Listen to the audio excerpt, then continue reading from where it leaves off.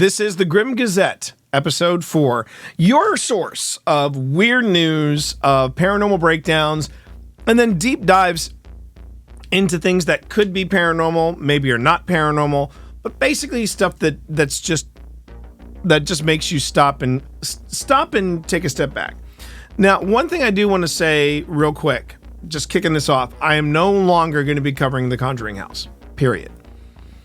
Everything that I could say about Satori and Cody, and everything that I think that could be said about the Conjuring House on a whole, I'm pretty much spoken for. And I've already spoken my piece, and other paranormal investigators and paranormal debunkers have also spoken their piece. And if you want to see a definitive look at what kind of shenanigans are going on at the Conjuring House, I'll put a link in the YouTube show notes when this gets replayed of a really talented YouTuber. I'm enjoying his channel a lot. Mythos Paranormal.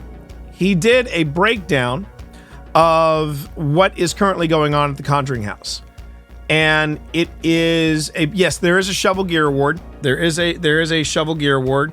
We are good with that. If you can either use the points, or you can go on ahead and you can just drop it in using regular bits. But yes, there is a Shovel Gear Award. Yes, there is. But yeah, what is currently going on at the Conjuring House, I think has been spoken for. So I'm done talking about the Conjuring House. I'm done talking about Satori and Cody. And that being said, I want to thank everybody who has been watching the YouTube breakdown of Satori and Cody, at least my breakdown, which within... That's what I appreciate about you. Just after a week, we've got nearly 1,000 views, which I'm thrilled. I'm thrilled about. I just think that's great. But just want to make it clear, I'm done talking about it. I'm done. And when you see Mythos Paranormal's when you see his breakdown of not just Satori and Cody, but of what is going on there, it's a shame. It's a shame that the Conjuring House is now under the management that it's under. Just when I thought I could have said I have seen it all, I wind up being, no, there's more. There is more. Tell me what I've won. Oh, are there any return policies on that? So yeah, we are back. It is time for the 4th installment of the Grim Gazette. We're kicking it off with Hippo swallows 2-year-old boy, spits him out. Hope the music isn't too loud. I'm just going to go on ahead and work through it to say that it isn't. Oh, wait, I can also do this. Because right now we are not concerned with video sound. There we go. There we go. So again, Hippo swallows 2-year-old boy, spits him out.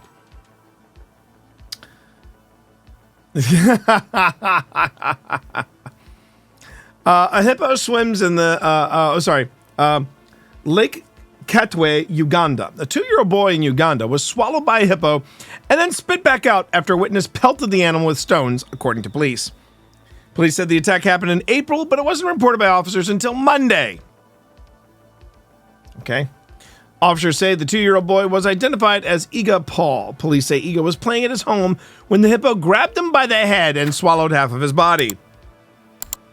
Police credited a nearby witness, Crispas Bagonza, with saving the boy after he threw stones at the hippo and scared it, causing it to release the 2-year-old from its mouth. This kid tastes like crap. I know, right, Vi? Officials say Iga was rushed to a clinic and then taken to a hospital for further treatment. Said the boy recovered fully after receiving a vaccine for rabies. Could you imagine having to explain that to your friends? I caught rabies from a hippopotamus. Authorities say the hippo traveled about 800 meters from Lake Edward. They say this is the first time a hippo strayed out of Lake Edward and attacked a young child. According to National Geographic, hippos' deadly strength makes them one of Africa's most dangerous of animals. It is estimated as many as 500 to 3,000 humans die from hippo attacks each year. Although hippos are a vegetarian, National Geographic says they can be aggressive when they sense danger. And speaking as a parent, nothing can be more dangerous than an enraged 2-year-old. I'm just going to come out and say it. That is the God's honest truth. Seriously, Lana, call Kenny Loggins because you're in the danger zone. Okay. What talking about? Oh, they are. They're small tanks. They are small tanks. I'm not doubting that for a second. All right, next up. From Sin City, Las Vegas man arrested facing charges for destroying property after climbing the sphere. All right, so for those of you who may or may not be familiar with it, the sphere is this incredibly cool theater out in Las Vegas. It's the new thing to hit Vegas, and this thing is stunning.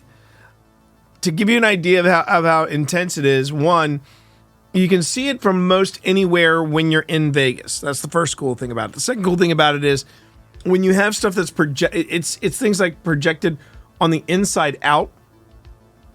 And when we were there for TwitchCon, Xbox actually paid for sponsorship, and it's that super LED style of video where it is just as crisp during the day as it is at night. And Vi, I don't know if now, have you been inside the sphere? Have you been inside the sphere? Because they should turn the sphere into the Death Star at least once. Oh yeah. It's incredible. They were doing some really neat stuff with it. During the weekend, it was Spider-Man's face, so that was kind of cool. And when we went there, we being me and Steve, the Blind Gamer Sailor, Steve and I went to, we did not see U2 that weekend. We did not see U2 that weekend, but we did go to see the Darren Aronofsky film, Postcards from Earth. And this film was shot, they basically said this film was shot in 18K. Now, at present, only one thing has been shot in 18K, and it is, in fact, Darren Aronofsky's Postcards from Earth. But wow, what an experience. What an experience. I could even hear Steve just gasping at how vivid everything is, and Steve is blind. And it really was astounding. And the other cool thing too about the sphere was during the Las Vegas F1, they actually used it. If there was a red flag or a yellow flag and a green flag, the dome, the sphere would actually project that. And then they had they have a little yellow smiley face that watches the tram go by. And during F1 weekend, it was wearing an F1 helmet. It was no, dude. Brad, the amount of data to make the sphere work is mind-boggling. It is mind-boggling. Which brings us to this nudnig. Las Vegas, Nevada. Las Vegas police have arrested the man seen climbing the sphere on Wednesday morning. Fox 5 has confirmed that Maison Deschamps, also known as pro-life Spider-Man, is the individual who climbed the sphere. According to police, he is facing charges of destruction of property and conspiracy to destroy private property. Photos posted to Deschamps' Instagram story suggest that he planned to climb to raise awareness for the pro-life nonprofit Let Them Live. A spokesperson for the nonprofit told Fox 5 that Deschamps is a professional climber from Vegas and a pro-life activist who's done scaling stunts like this around the world to raise money for women in crisis. A press release for the nonprofit reads, with 500,000 football fans arriving in Vegas for Super Bowl, Deschamps wants to shake the public into caring about the fate of blah, blah, blah, blah, blah. Deschamps was previously arrested also climbing the Aria in August 2021. We got here at about 10 a.m., says Tim Clement, a friend of Deschamps. It was really quick, probably the quickest climb I've seen him do. It usually takes about an hour. This one he ascended in about 15, 20 minutes, real quick. Clement added a warning for anyone considering a climb like this. He's a professional. Professional jackass is what it sounds like. He knows what he's doing. He doesn't use any ropes, doesn't use any equipment. It's just free solo, and he puts himself at risk. So you don't want to put yourself at risk for no reason at all. Yeah. A Sphere Entertainment spokesperson provided the following statement. We are grateful to the local authorities for their support in this matter. The individuals involved are currently in the custody of LVMPD. They added that the climb will not impact any advertisements or promotions running on the Sphere this week. Las Vegas Metro PD Sheriff Kevin McMail addressed the incident during a press conference on Super Bowl safety, saying, "We know people are going to test us. We know people are going to try things. As we sit here today, there's an individual for a publicity stunt climbing up to the top of the Sphere. Your first responders are over there taking care of it. We know these things are going to happen. We're going to deal with them as they come up and make sure we have the safest Super Bowl we ever had." When you see this up close, when you see the Sphere up close, it is a nerdy technological wonder. It really is. I mean, I thought that Vegas was done making me go, wow. But this is amazing. This thing is absolutely amazing. And the fact that this douchebag was scaling it, it's, yeah. And I would imagine too, it's a bit like what would happen if something went wrong in, say, a volume, when the new thing that Lucas thing was doing, where where if one of the monitors is off, what kind of cascading effect does it have? They built it crazy fast. I don't think I even saw it in construction. Oh, so okay, so you're out in Vegas. I see. I did. It was really hard for me to even go through Vegas during the day while I was at TwitchCon and not look at it and stare. I just think it's astounding. I love it. All right. So I thought I'd share that with you. Pro-life Spider-Man. Dipwid. Okay. So we got this. Oh, now here's one. I honestly, I really hope there is, I'm trying to cover weird news. And I think this one's definitely one for the books.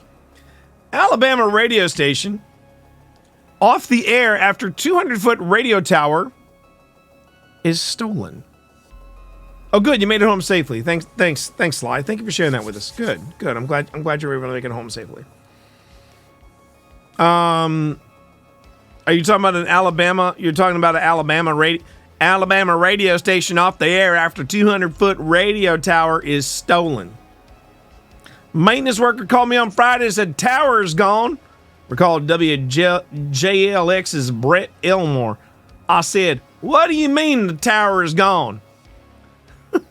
Welcome back, Monty. Yeah. If you happen to see a 200-foot radio tower lying around, there's a radio station in Jasper, Alabama. I would love to hear from you. WJLX AM has been off the air since February 2nd, when a landscaping crew visited the site where the tower is supposed to be for a bit of routine maintenance. The station's general manager, Brett Elmore, told Birmingham Fox affiliate WBRC that he was shocked when a crew member called him with some news. When he arrived, he called me on Friday and said, "Tower is gone," Elmore told WBRC. I said, "What do you mean the tower is gone? Are you sure you're gone to the right place?" He said, "No, the tower is gone. There are wires everywhere, and it's gone." The radio station's Facebook account announced the theft by rightfully noting, "This is going to get out eventually." So I might as well make it public before it does. And there was more. This morning, my bush hog crew went down to a tower site to do an early cleanup of the property. Before we did some more work down there, when he arrived, he called and notified me that not only was my building vandalized, but my 200-foot tower was gone. They stole every piece of equipment out of the building, cut the guy wires to the tower, and somehow managed to down a 200-foot tower and take it from the property. Okay, so a little something about radio towers. They are big. but they are kind of held together by sheer will in some cases. There is... Yeah, there's a lot of science that keeps these towers up. Equally said, there are also, I mean, you could literally cut, how they're built is crazy to begin with. But if you wanted to take one of these things down, I think Pod Culture, Brad in chat puts it best. They're kind of like Legos, but this is the thing: when these towers collapse, they're not quiet by any stretch of the imagination. I mean, these things are massive. They are intense, and how they were able to just do this without anybody noticing. Yeah, 1,400 pounds of Lego. Although Elmore filed a police report, Jasper Mayor David O'Mary told NBC News that local authorities lack the information to conduct a full-fledged investigation. WJLX listeners can still listen to the station online, but a note on its webpage said that the Federal Communications Commission denied a request to broadcast on FM radio via a sister station. Local broadcasting colleagues have reportedly offered to help find a temporary transmitter location, according to Inside Radio. Elmore said that the tower and other equipment weren't insured, of course, so the station has organized a GoFundMe campaign to raise $60,000. I've got to see. To get it back on the air, we got to see, everybody. Hang on.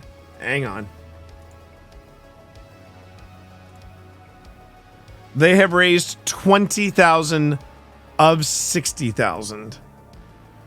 Oh, these poor saps. Oh my God. Someone made an anonymous donation of $1,000. How do you make 200 feet of radio tower just disappear? I think Zipper's right. Carefully. Currently, there are no suspects on the list. But Elmore told Inside Radio he doesn't see some guy off the street doing this, and added, "This looks like a professional hit." Anyone with information as to who might have a 200-foot radio tower in their possession is asked to contact the Jasper Police Department. Wow. Even small towers are kind of cool. My grandfather was a ham operator, and his main rig is a massive rig for a private tower, and it's still up to this day. Well, this is the thing. First off, it does not surprise me at all that the radio station didn't insure the tower. I mean, yeah, I did some time in the radio industry, and I can honestly say it is one of the cheapest industries that's out there. I was seeing it in its decline, in its very fast decline. Back in ¡92, I got a gig as an overnight DJ. The guy who trained me was a bit of a twerp. Not a nice guy. And the people that worked in the radio station were absolutely miserable. And I could just tell that, yeah, this is not where I want to spend my time. You know nothing, Jon Snow. Well, I know a few things. Thank you very much. I know a few things I could say. But wow. 200-foot tower gone. Okay. So, this story, if you haven't heard about this story is pretty freaking cool. This one, I am genuinely over the moon about. Explorers think they've found Amelia Earhart's long-lost plane. Not everyone is convinced. Is this orange blob the answer to an 87-year-old mystery? A deep-sea exploration company says it may have found the wreckage of Amelia Earhart's plane, reigniting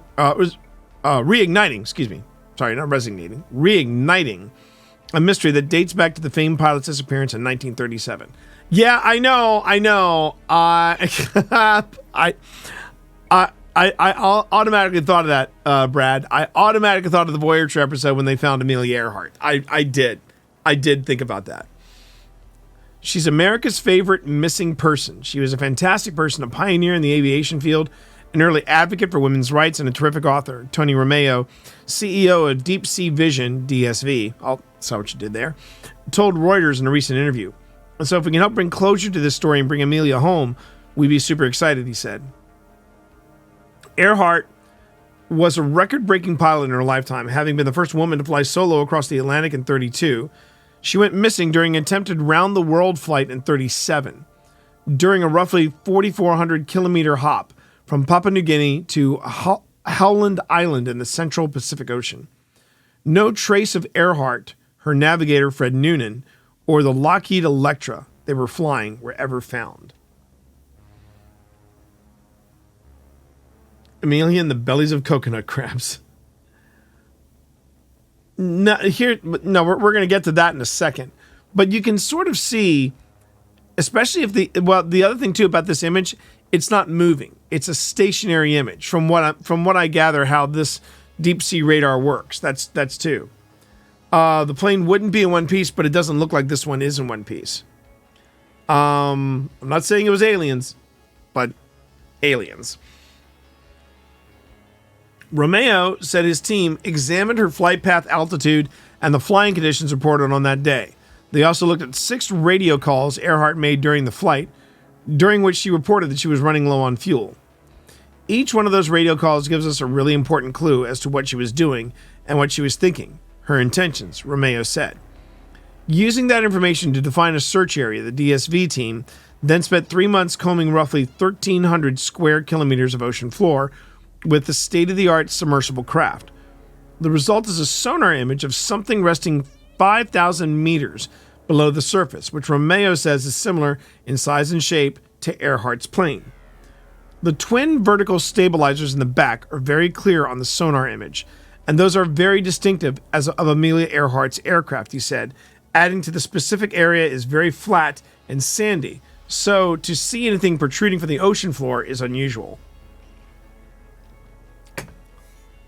I feel like the tail would be farther away, though I have less than zero experience with deep water exploration. Sounds like her intentions were to get more fuel. Yeah, probably.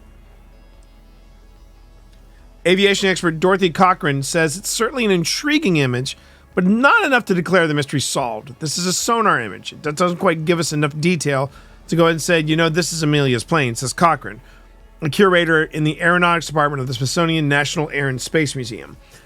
You have to go back and just identify this object and say, well, it is or it isn't. If we get good photography, that goes a long way to identify still the current. Just real quick. Ziggy, what is 5,000 meters in feet?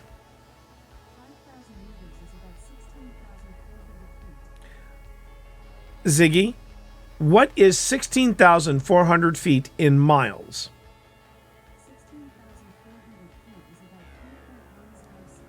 Yeah. So here's the tricky bit. Whatever this sonar contact is, whatever that sonar contact is, it's nearly 4 miles deep.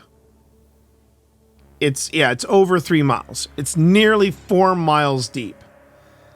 And to kind of give you some perspective, the Titanic, if I remember correctly, is just over a mile deep. That is 3 times deeper than where the Titanic came to rest. Now, somebody said, why would the plane be in any way, shape, or form intact? Well, it's a bit like with shipwrecks out in the Pacific. They're still finding shipwrecks from World War II out there. But what happens is that because the ship is hollow and it's going down, it's slowly filling with water, the pressure is able to equalize, so the structure can stay intact. Is that how for the Titanic? 12,500 feet. Okay.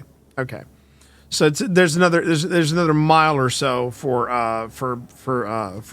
possibly Amelia's plane, but the way it and cold water, yeah, and well at that level at that depth, temperature is no longer a thing. I mean, it's going to be cold, but the thing is, because the hull is full, it's able to...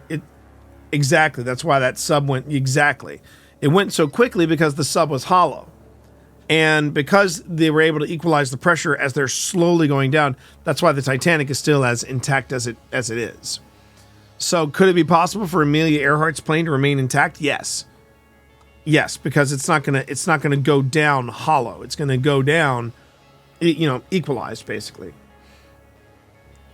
I'm a terrible person. Why are you a terrible person? There's nothing wrong with that. I still love the memes from the sub. Oh yeah, me too. Me too. No, I'm sorry. That does not make you a terrible person. I'm sorry. If you're going to get into they lost me at Bluetooth controller. If I was told that I was going to get into a submersible to go and see the Titanic after paying a crap ton of money and then saying, yeah, we're using a Bluetooth, if I saw the controls and it didn't look like the Starship Enterprise, but it looked like it looked like my controller, complete with the triangle, circle, box and the X, I'd be like, what is this? What is this? I mean, a knockoff PS4 controller. Yeah. It looked like a video game. No. I want my submersible to look like the cockpit of the Dragon, not the basement of my home. Okay? I know. You're right, John. I mean, at least pay for the Logitech version, for Pete's sake.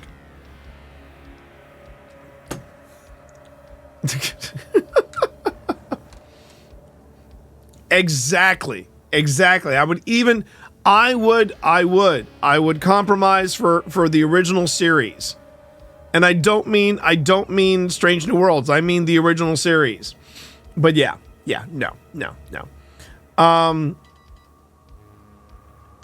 Someone just pinged me. Is this? Oh, someone's saying. Okay.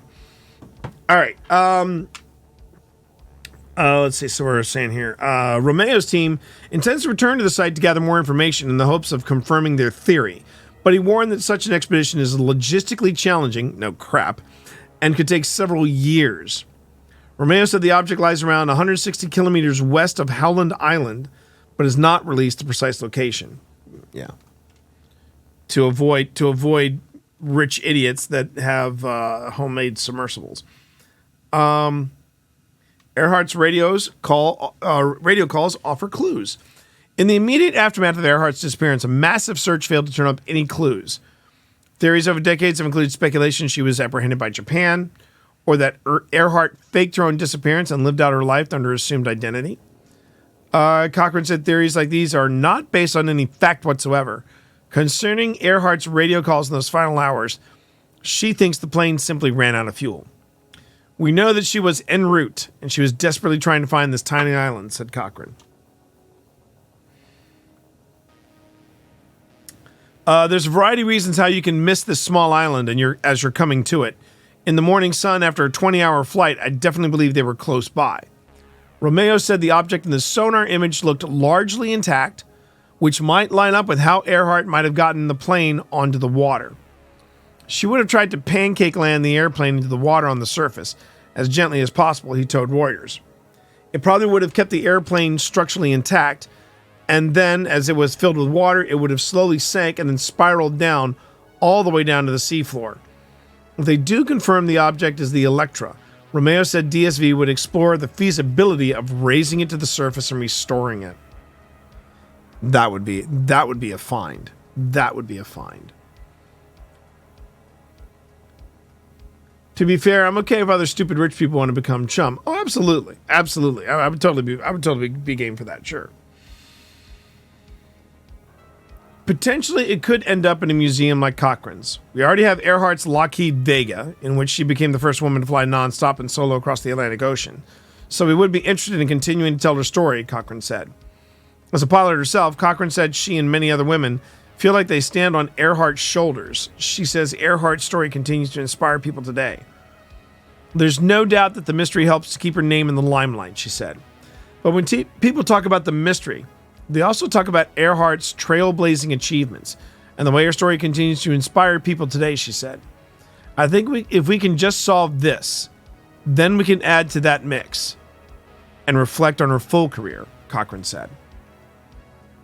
I do hope it's real. I do hope it's real. Because, man, that is so... That is so wicked cool. That is so wicked cool. If they really have found Earhart's plane. I mean, that's one of the great mysteries, isn't it? It's one of the great mysteries. There's Cannibal Island in there. Yeah, I know that. Siri hates me half the time. They would have banned... They would have been... Oh. Sequel movie, maybe. I don't know. I know there's a Cannibal Island story. I know there's the Leave the Dead in Their Grave. Well, here's the thing, though. Here's the thing about leaving the dead in their grave. It's one thing to leave the dead in their grave. It'd be nice, though. Amelia Earhart is one of these people. First off, I'm not going to... I wouldn't be investigating Amelia Earhart's plane. I'll put it to you that way. But this is a mystery that I think does need to be solved. I do. We have never... We have no... She literally just vanished. And to me, that kind of vanishing ranks up with the same... in the same weirdness and the same tragedy as the Malaysia flight that mysteriously disappeared. And I think what it really has to do with is really, it's about trying to solve the mystery. What happened, and did she get off the plane? You know, did she bring them home sentiment. Exactly, Zipper. Where was Lance Hendrickson this time? The plane may still be intact. Anything organic is long gone. No graves to really disturb. I mean, there's that too. But I understand what Secondhand is trying to say. You know, it's I think what would happen is that if there was any kind of speculation, I mean, it's hard to say. It's hard to say. You know, did she? Because she could have washed up on a shore somewhere. It's one of the great mysteries. But at least with finding her plane and figuring out some way of salvaging her plane, there would at least be something we could go to. We could pay proper homage and just, you know, thank her in her memory of all the trailblazing that she did do. All right. Now, I know that Vi said earlier, nothing can top this for weirdness. And I never thought I'd read a story from Dextro, but they actually covered this one pretty well. And what's really terrifying about this particular story, this is in my backyard.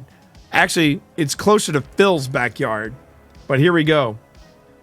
Tunnel Girl gives update after being ordered to stop digging. Oh yeah, we're talking about Tunnel Girl. Okay. Kala, also known as Engineer Everything online, has become a viral sensation on TikTok after documenting her project of digging a 30-foot long tunnel off the side of her basement as a kind of underground storm shelter. Okay. Buckle up, Buttercup. Despite having no... Secret tunnel, secret tunnel, through the mountains, secret. No, God! No, God, please, no! No! No! No! And we continue. Despite having no formal background in engineering, the 37-year-old began her project in August 2022 and has been documenting the process on TikTok ever since October of that year. And yes, her videos are still up here. Wow. Mining constraints. We'll get to this in a second. In December 2023, Kala was ordered to stop digging by the city officials after not having gotten any permits for her digging project. Well, actually, I think to really properly bring in Letterkenny, I think it'd be this one right here. Hard no. Yeah. In her video, Kala claimed she was hit with an official order to halt her current activities and said she needed to obtain the proper permits to continue her tunnel after it gets evaluated by an engineer. Tunnel Girl awaits permit to continue digging her tunnel. Kala told Fox 5 on February 12th that the permit process for her project is expected to take at least another month. But the tunnel itself has been approved and declared safe. The report concluded that the structure of the tunnel is sufficient enough to support the rock, and the rock itself is stable and shows no sign of shifting. The work was accepted, she said. In a video posted on February 10th, she continued to explain, and I'm going to see if I can do her accent. The engineering assessment is particularly important because I wasn't supposed to occupy the basement until it's determined to be safe. The report concluded that the structure of the tunnel is sufficient enough to support the rock, and the rock itself is stable and showing no signs of shifting. The work was accepted.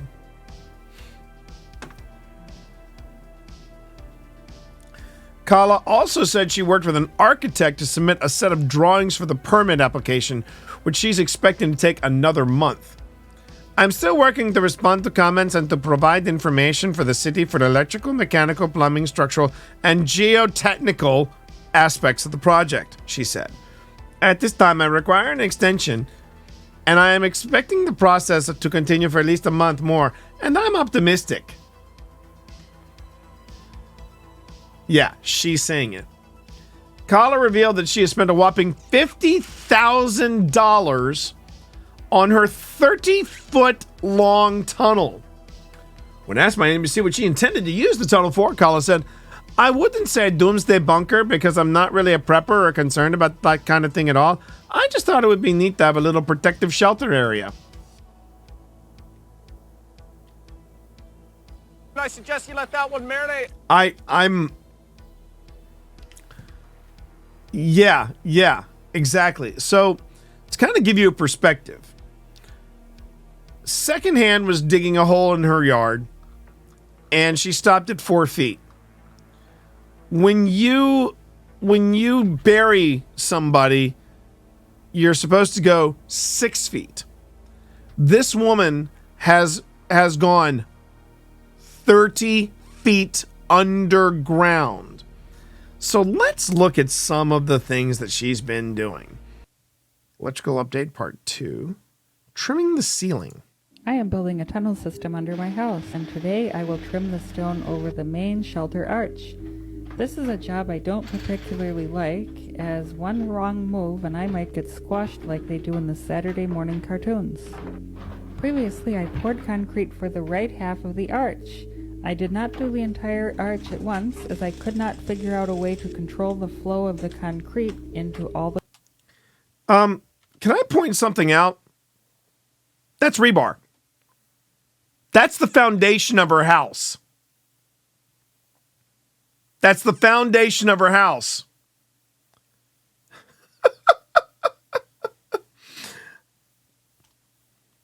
out a way to control the flow of the concrete. And something else that I don't quite understand. She's been at this for a year. She's using a jackhammer. She is using a jackhammer. And nobody noticed. Nobody noticed. Continue, please. Into all the corners and spaces. I don't have access to pour from above, so that is the challenge. In fact, I still have the challenge once I form the left side. How do I get concrete back there? Well, I have an idea that will either be brilliant or a total disaster. I will install a huge pipe at the very top of the arch and pump the concrete into it. We'll use a few T's to divert the flow wherever I want it. I am concerned that this will pressurize the form far beyond the weight of the concrete, so I will need to make them extra strong. There, now I will install some plastic membrane, the pipe, and some rebar. I am building a tunnel system under my house. I don't think that is the rebar. I don't think that is her rebar, but I could be wrong. I could be wrong.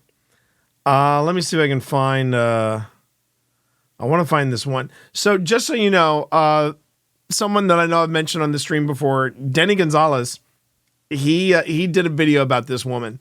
And I'm trying to avoid pulling up his video because I just want to show you some of the crazier things this lady's done. Okay, here's the updated dirt removal process.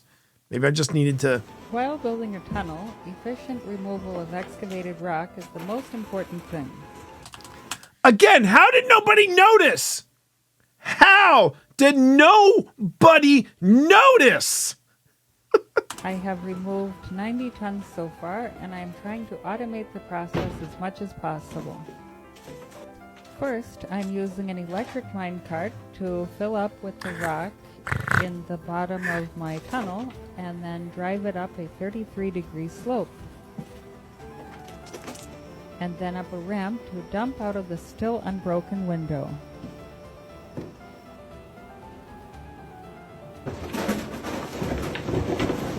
The material drops into a skip which is connected to a hoist and raises it 25 feet out of the window well.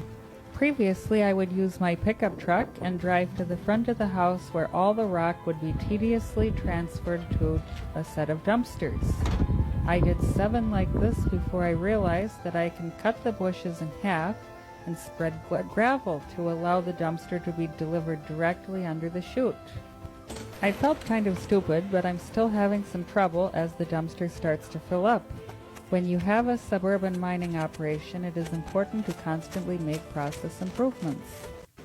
While building a...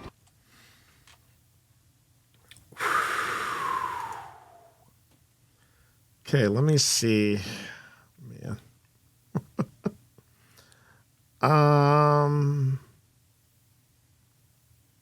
This might be the one that I'm thinking about.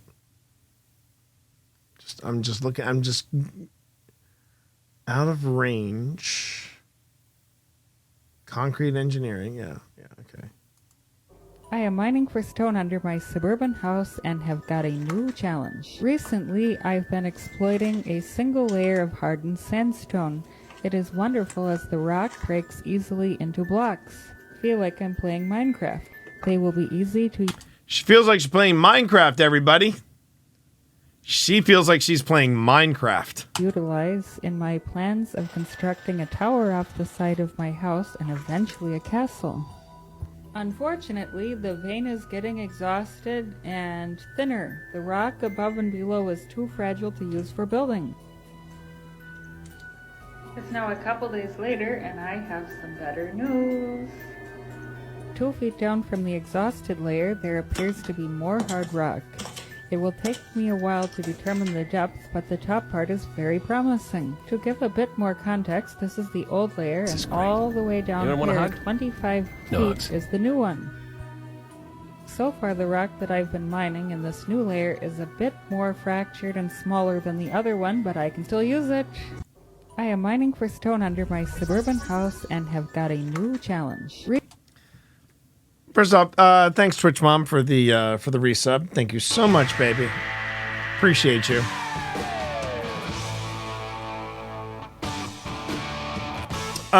Something else I think that's worth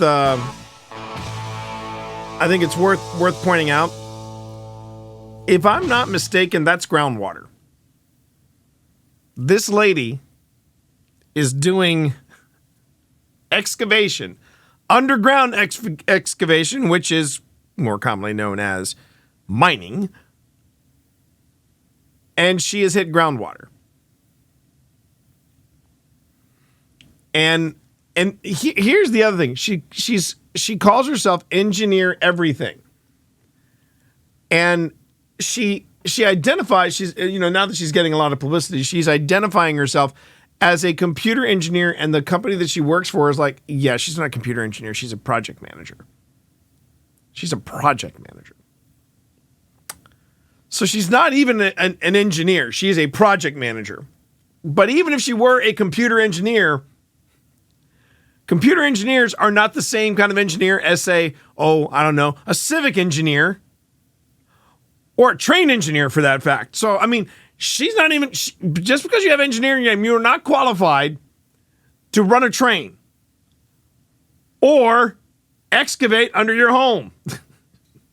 And yes, thank you, Zipper. Thank you, Zipper. That's yes. Unleash the fury!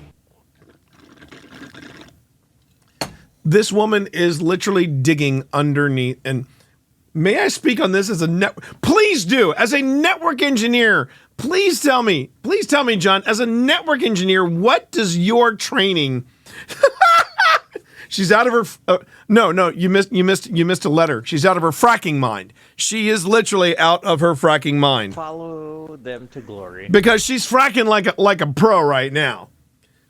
She never got smacked for digging holes in the backyard as a kid. I mean, this is truly one of the most bizarre stories because it's clear she lives where she lives in the Northern Virginia area, because she is very close to she's closer to where Phil Rossi lives. She really could easily, she could easily, she could be doing some damage, not just to her home, but to the homes around her. And this is not, as you can see, this is not a small project. She hasn't just dug 30 feet. She is standing upright in this underground shelter that isn't a prepping shelter or a doomsday shelter. And she's talking about building a castle. And to be, I'm just going to come out and say it. If you've ever seen Pillars of the Earth with Rufus Sewell and Matthew McFadden, they took at least 40 years to build Westminster Abbey, but she's doing this on her own, and this Scooby-Doo Batman crossover movie where a house flips. Yeah, no kidding. I mean, this is you can see why I had to spotlight this for the Grim Gazette. This is truly bizarre. And it wouldn't surprise me at all if this was the lady that had taken the 200-foot tower. Maybe she needs the 200-foot tower to reinforce whatever she's building underneath her home. And no, this is not just a simple underground. First off, I don't think that when she says, "Oh yeah, I have to wait a little longer," but I got all the permits. They said it's fine. I find that a little sus, because they've got to get engineers in there and say, okay, what kind of damage has she done to the groundwater, to the foundations of her home, to the foundations of the homes around her? Because 30 feet isn't just 30 feet is a considerable distance. I believe if I were to measure it, 30 feet would mean I could walk out my office, around to the stairwell, walk up the stairwell, walk out of the back door, and that should be about 30 feet.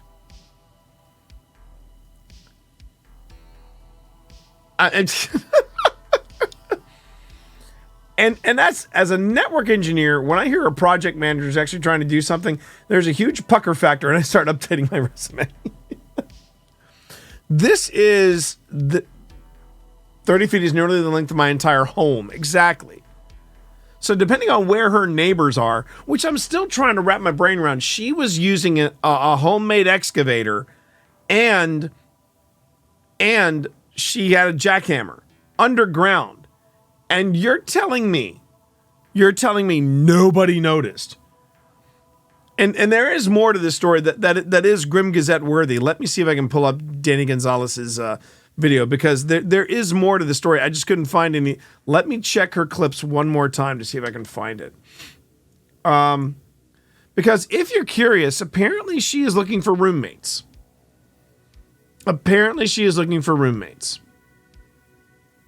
I just want to see if I can find where she talks about the room and the house that she's on and all this stuff.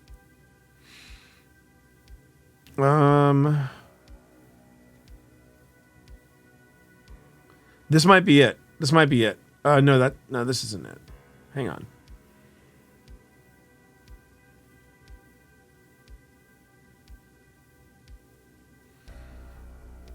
What really is interesting to me is how many people on TikTok are actually rooting for her and hope that she sticks it to the man. This might be it. Let me just, yeah, this is it. This is it. This is it. This is it, everybody.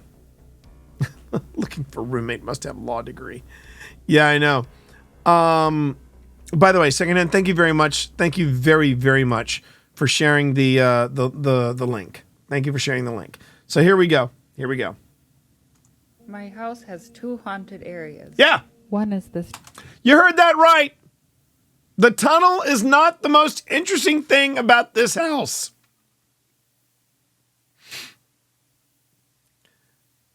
And now you understand the connection between us over at OSI and this lady. And no, we are not going to inspect her house because, quite honestly, that would be a bridge too freaking far. I could easily see Phil and I walking in there, and then it pulls, like Pip said earlier, the whole poltergeist thing, and it just sucks into itself, right? My house has 2 haunted areas. One is this troubled bedroom, and the second is this normal-looking closet. This video... Can I also say that she's got... that gaze is like a freaking... It's a freaking creepy doll gaze. She'd lock you in the tunnel. Yes, Thermal. Exactly. Exactly. It's... Maybe you're the plucky comic relief. Yeah, no, I would not put you in that position. But these eyes, I keep hearing the words of Quint from Jaws. You look in her eyes, it's a dead eyes, like a doll's eyes. I mean, that's what I'm seeing here. I don't want to pick on her. I'm sure she's a lovely, slightly socially awkward individual, but I take drugs all the time. But I mean, yeah, the tunnel is not the most interesting part of this house. Video is about the closet.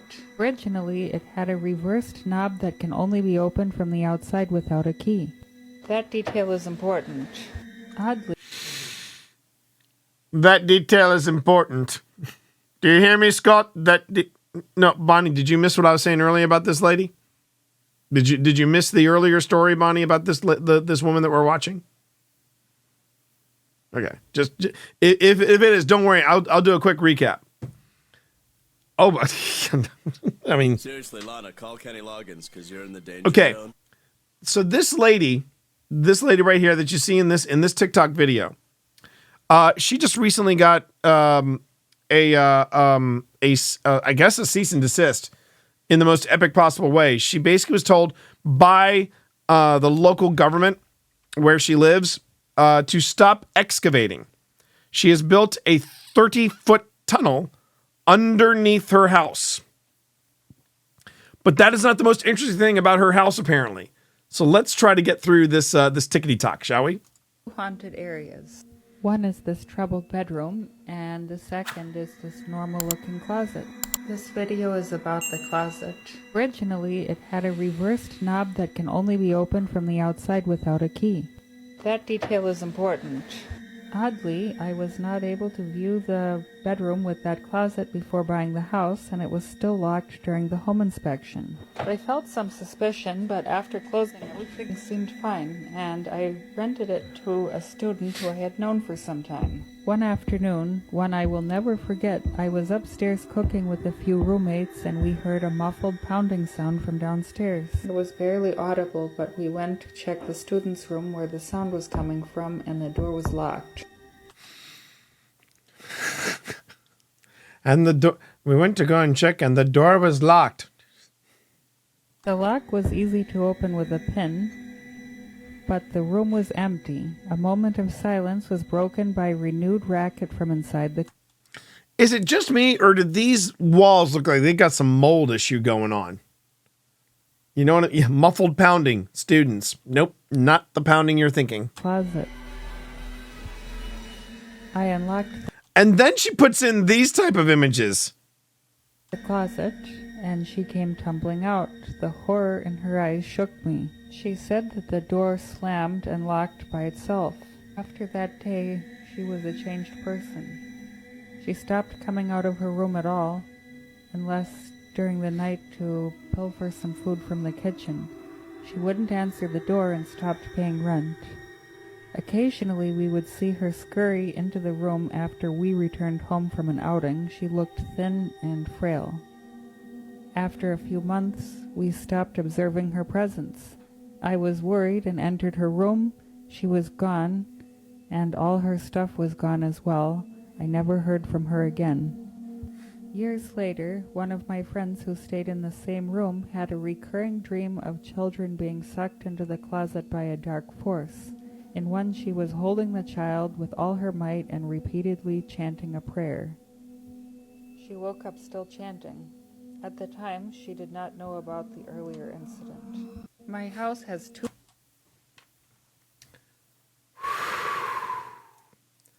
I'm wondering if I want to know how close I want to know how close it was to her being in the house with this student underneath it. And this is like the whole thing from the 30-foot tunnel that she just decided, yeah, I need to dig this tunnel, to I'm going to play this again and try desperately to just let it play. I want to know how close it was between this interaction with the student and her starting her excavation / mining project. Here we go. We're going to do this again. But the eyes are freaking me the eyes are freaking me out, man. This lady is the next yes! Yes, Thermal. She should be the next killer in Dead by Daylight. Abso-friggin-lutely. Here we go again. My house has two haunted areas. One is this troubled bedroom, and the second is this normal-looking closet. This video is about the closet. Originally, it had a reversed knob that can only be opened from the outside without a key. That detail is important.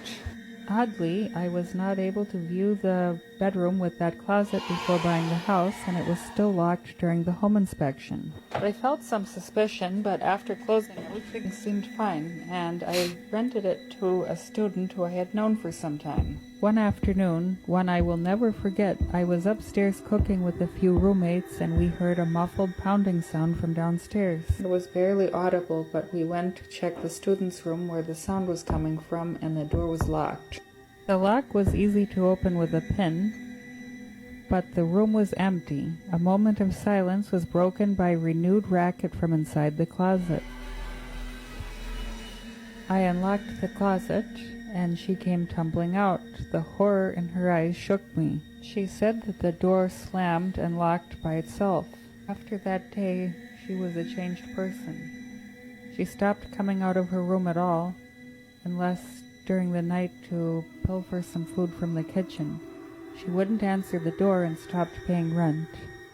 Occasionally we would see her scurry into the room after we returned home from an outing. She looked thin and frail. After a few months, we stopped observing her presence. I was worried and entered her room. She was gone, and all her stuff was gone as well. I never heard from her again. Years later, one of my friends who stayed in the same room had a recurring dream of children being sucked into the closet by a dark force. In one, she was holding the child with all her might and repeatedly chanting a prayer. She woke up still chanting. At the time, she did not know about the earlier incident. My house has two haunted... Okay, so apparently this all took place before she decided she was going to do this storm shelter that she wanted to build 30 feet below her house. It was just there's a lot of stuff happening in this story. Not sure if she is, I still don't understand the voice. Can't quite place what that accent is, but the fact that she speaks monotone. I've worked in offices with people like this before. And yeah, storm shelter thermal. Yeah.